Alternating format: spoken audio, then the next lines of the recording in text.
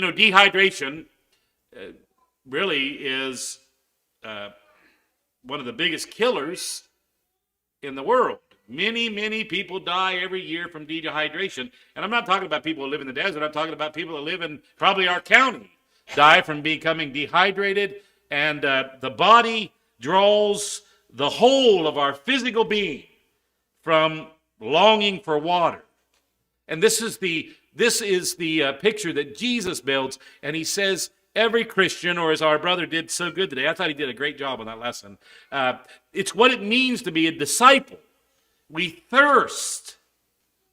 And it's a picture that Jesus gives us throughout the Bible. And not only Jesus, but the psalmist expressed it this way.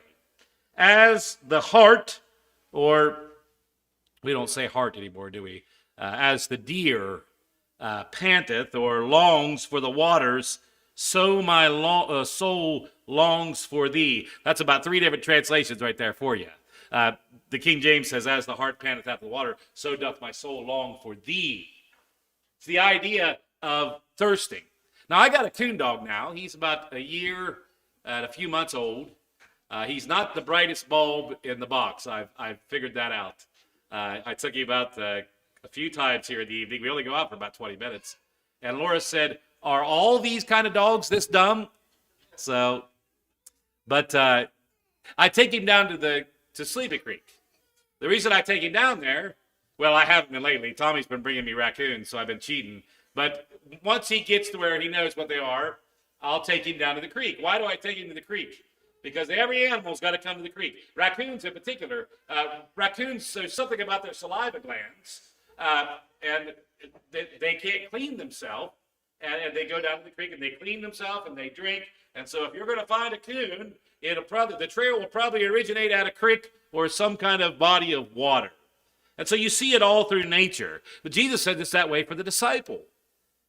We need to capture the type of spiritual thirst that we find in the Bible. We need to thirst and long for God and for spiritual living. If you go to the Serengeti, where is all the life? It's down at the watering hole, isn't it? I tell people when they say, well, why do I have to come Wednesday? Why do I have to come Sunday night? I generally use the same illustration every time. I said, well, when I used to go out and feed the animals, I didn't have to call for them. They knew where the water and the food was, and they knew what time it was. And if you want to be fed, and if you want to drink from the fountain of life, it happens at 9:30 in the morning, and 6 o'clock on Sunday, and 7 o'clock on Wednesday.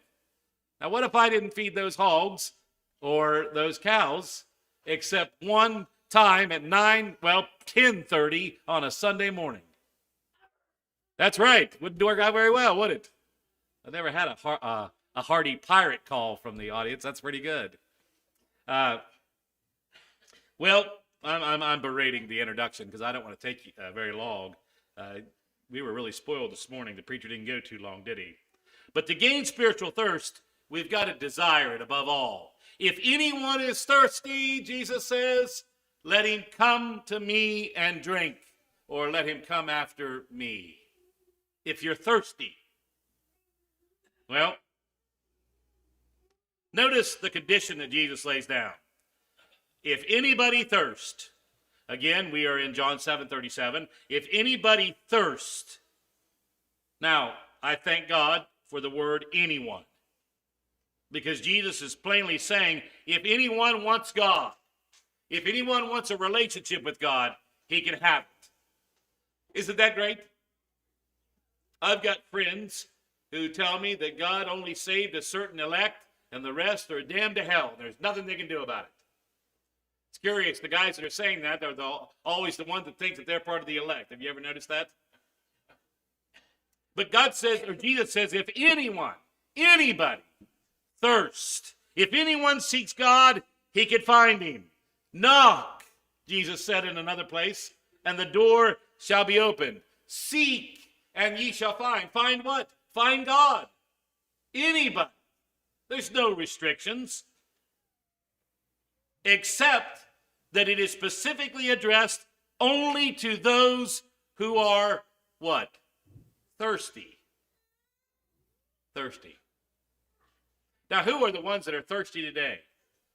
Tommy must be one of them. He's chugging right now, right? He's always thirsty. Why is Tommy always thirsty? I'll tell you why. Because he's always on the move. He's always on the move. He's always drinking. He brings his tea out, and then he leaves his tea out there, and I just turn around and come back out and get it, right? He and I go knock on doors. He's got the best policy to ensure that we'll visit again because he leaves something there, right? There's method to his madness. But you've got to be thirsty. Thirsty people are people who are busy. Thirsty people are people who work hard at it. And so Jesus says, if you're thirsty, the problem with many people is they're just not thirsty for God or spiritual living. I find this all the time when I'm out visiting. People really don't want much to do with God at all. God is an interruption. The church is certainly an interruption. No. On the way over, I was talking with Byron. I'll tell you what keeps me up. What this church here and in this country is going to look like in 10 years keeps me up. You see, I want young people. You know what the problem with getting young people to come to church is? By the way, I don't just want young people. I want young people with kids. But that presents a problem. You know what it is? We get young people with kids, and what happens? They're running to the sports all the time. It's so scary, and I think of the future of the church. We need good, godly mothers and fathers who thirst after righteousness. I heard my dad say one time, he probably don't even remember this, but I heard him tell somebody, he said, the best thing I can do is take Josh to church. I don't know why he only said it one time in my life, and I remember it was at the table. I remember who he said it to, and I was about 15. And you know what? That one thing that he said has stuck with me all these years. All right? You know, my girls played sports, but we made it a point to not let it take over. Now, there are times, I understand, there are things called playoffs and things of that nature. You know, my family, when they raised me, they said, if you're going to start this sport, you're going to finish it. That also teaches responsibility. But, man, it's getting to the point where, you know, I want Marley to wrestle because he needs to get some of that energy out, and he needs to hit some of their kids instead of hitting me. But a lot of these matches are on Sunday. So what am I going to do? Well, I thought of the most logical thing to do. Get him a banjo. But there's some sense to that, folks.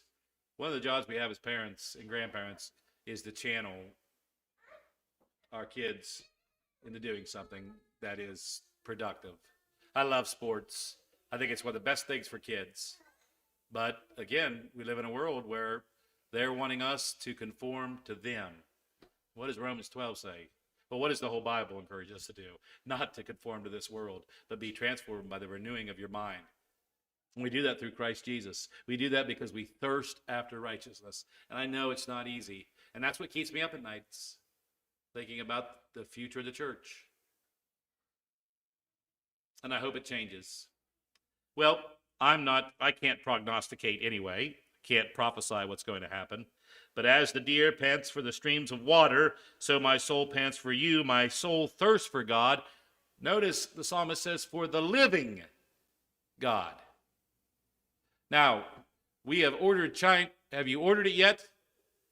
Well, you better get on that, Laura. We have ordered Chinese. You know that if you go up here to the Chinese restaurant, how many of you been there lately and made an order? Okay, first of all, I have a terrible time ordering from the Chinese place. I can't understand them. They can't understand me. But I go in there and I look up, and what do I see? Have you ever noticed? There's a big Buddha looking back at me. And have you ever noticed what's right in front of him? It's usually an egg roll or an apple or something. You realize that is their idol. That is their God. And they have made a sacrifice. An egg roll. I often think, I wonder if Cain had offered an egg roll, what the Lord would have thought of it. You know, I wanted to ask him, is anybody going to eat that? I took Peter Ray, of all people, Peter Ray Cole, plates of food set before the living God. And that idol, it hungers and thirsts for your sacrifice. But as children of God, we are called to hunger and thirst after God, the living God.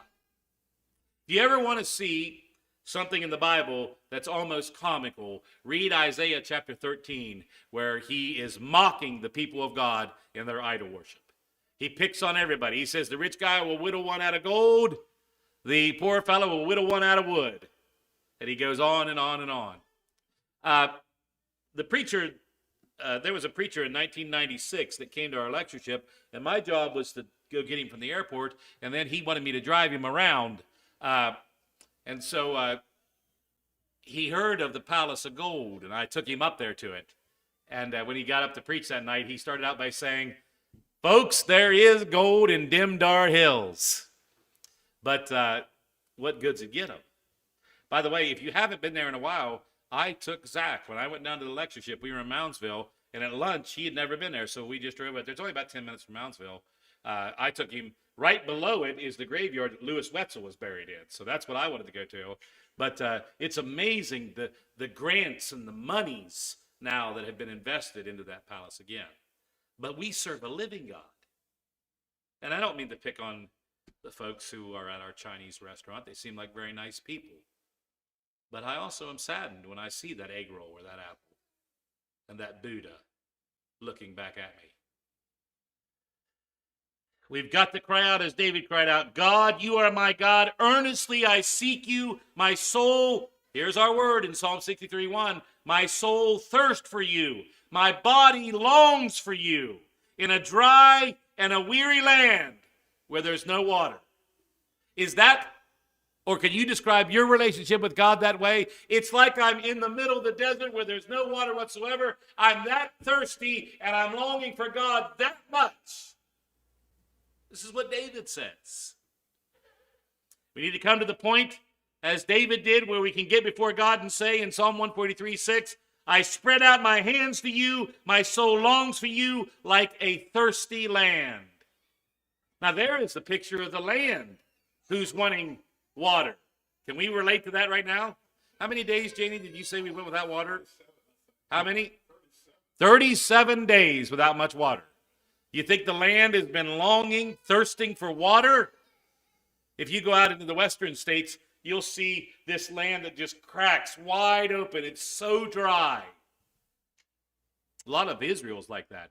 What's amazing is when they get just a little bit of rain, the desert blooms. My favorite flower when I was there was the rose of Sharon. It's a red flower that comes up in the wild. I love that flower because Jesus was called the rose of Sharon. When does the rose of Sharon sprout? When the land has been so dry and those first rains come. At the hardest time of the year, wait a little while and the rose of Sharon will come. Well, Jesus said, "Blessed are those who hunger and thirst for righteousness, for they will be filled." This is in the Sermon on the Mount, which our brother quoted this morning. Matthew 5 and verse 6. And so, when you come to church, what do? Well, you fill her up, right?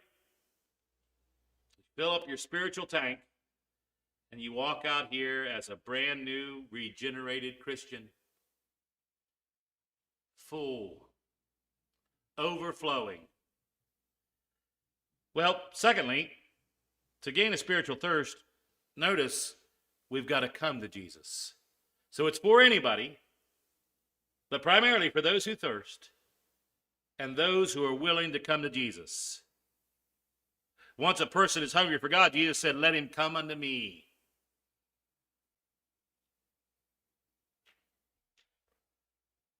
Well, I wish I had time tonight to go through the book of Ecclesiastes. This is the story of someone who tried everything. He said, In Ecclesiastes 2, I thought in my heart, come now, I'll test you with pleasure to find out what is good. Laughter, he said, is vanity. And what pleasure does it accomplish? The wise man in Ecclesiastes was a playboy, a party boy. It was all play and no work, but it didn't satisfy him. He tried wine. He said in verse 7 and 8 of chapter 2, in verse 3, he said, I tried cheering myself with wine, but embraced folly. In verse 7 through 8, he tried wealth. He bought manservants and female servants and had slaves who was born in his house. He owned more herds, more flocks, more camels. He had stables down in Megiddo. He had everything. But all was vanity. He acquired men and women to sing for him. He had a harem as well, which he said was the delight of the heart of men. Singing and dancing. Eat, drink, and be merry. Of course, the epitaph continues, for tomorrow we die. All is vanity. He tried women in verse 10. By the way, he had an eye for the ladies. He had 700 wives and 300 concubines. But along with that, I think, came 700 mother-in-laws. Don't read into that, Kathy. I told you this morning, I'm blessed. My point is, do you think he had troubles? Well, finally, what did he try? Do you remember? He finally tried wisdom. Then I turned my thoughts to consider wisdom, and also madness and folly.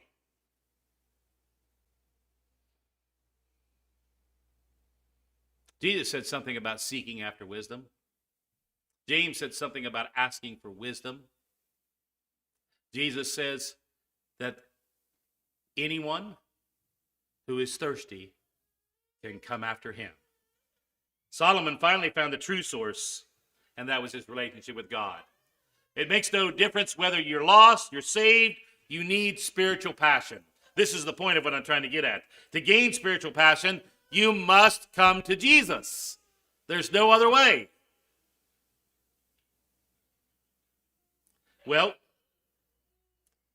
the way to Jesus is not holiness,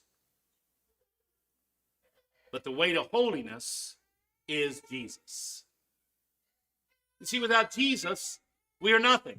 That's why our brother goes to India and he has these propositions, or what he called apostolic proclamations. They were all about Jesus. Without Jesus, what are we? We are, as the wise man said, or everything is, as the wise man said, vanity. It means nothing. Without his death, without his burial, without his resurrection. Paul would say, we of all men are to be most pitied, above all men. How ridiculous. We were watching a show last night about the early Christian martyrs, the people who died. Perpetua was one of those early Christian martyrs. Here is a wealthy woman who is brought before the Roman governor, Hyrcanus, and he asks if she is a Christian. She admits that she is. Her father comes in and pleads with her to reject Christianity and simply make an offering to the Caesars. Now, the worst thing a lady could do in a Roman society was bring dishonor to her father. You know, you think about that for a moment. That's the worst thing you can do, is dishonor your father in a Roman society. And Hyrcanus says, look at what you're doing to his old gray head. The idea is, your poor pap is so old, he's going to go to his grave being dishonored by his daughter. Look at your husband.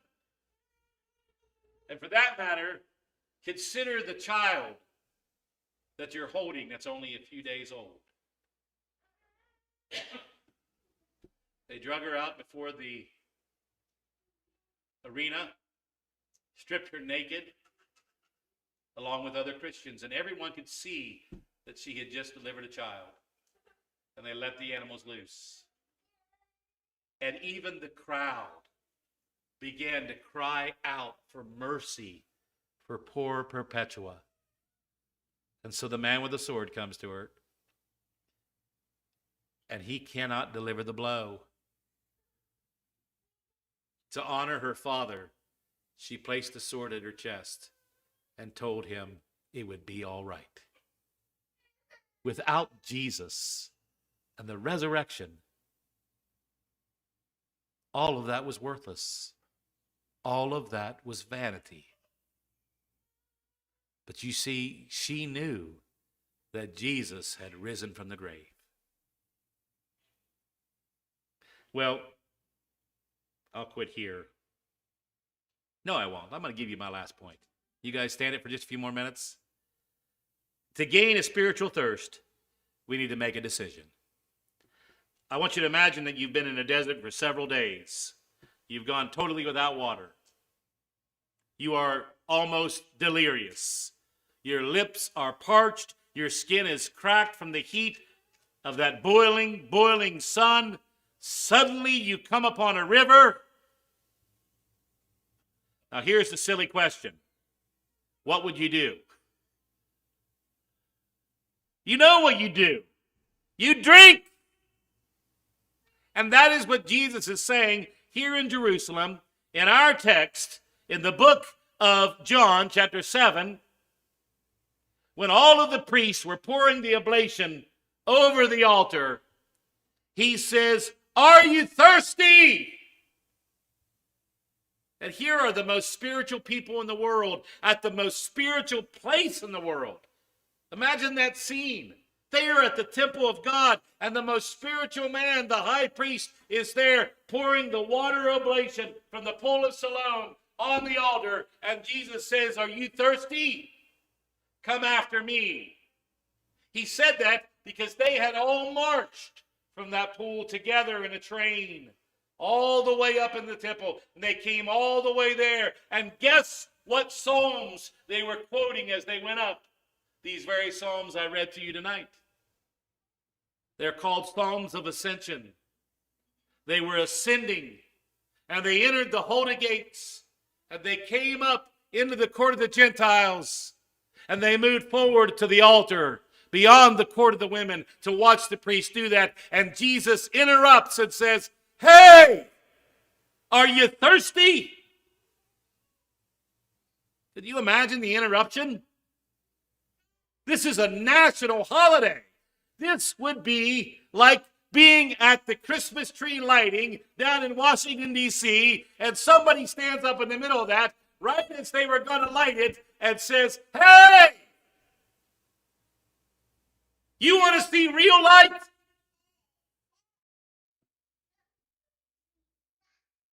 I got them both going now. You want water? Are you thirsty? Come unto me. Well, I will quit there. Folks, Jesus gives us these illustrations to show us what real worship is. I know that I have friends who says I can worship God out there on the boat on the lake. But you see, they're not being fed out there. Their thirst cannot be quenched on the lake, and they're in the middle of all of this water. The only nourishment that will fill their soul is right here in this house.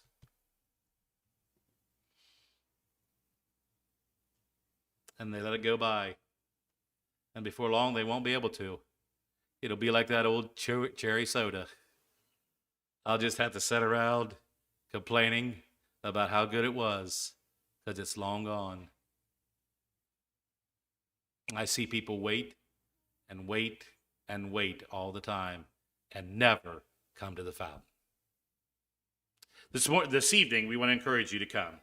If you have a need, the Bible says, he that believeth and is baptized shall be saved.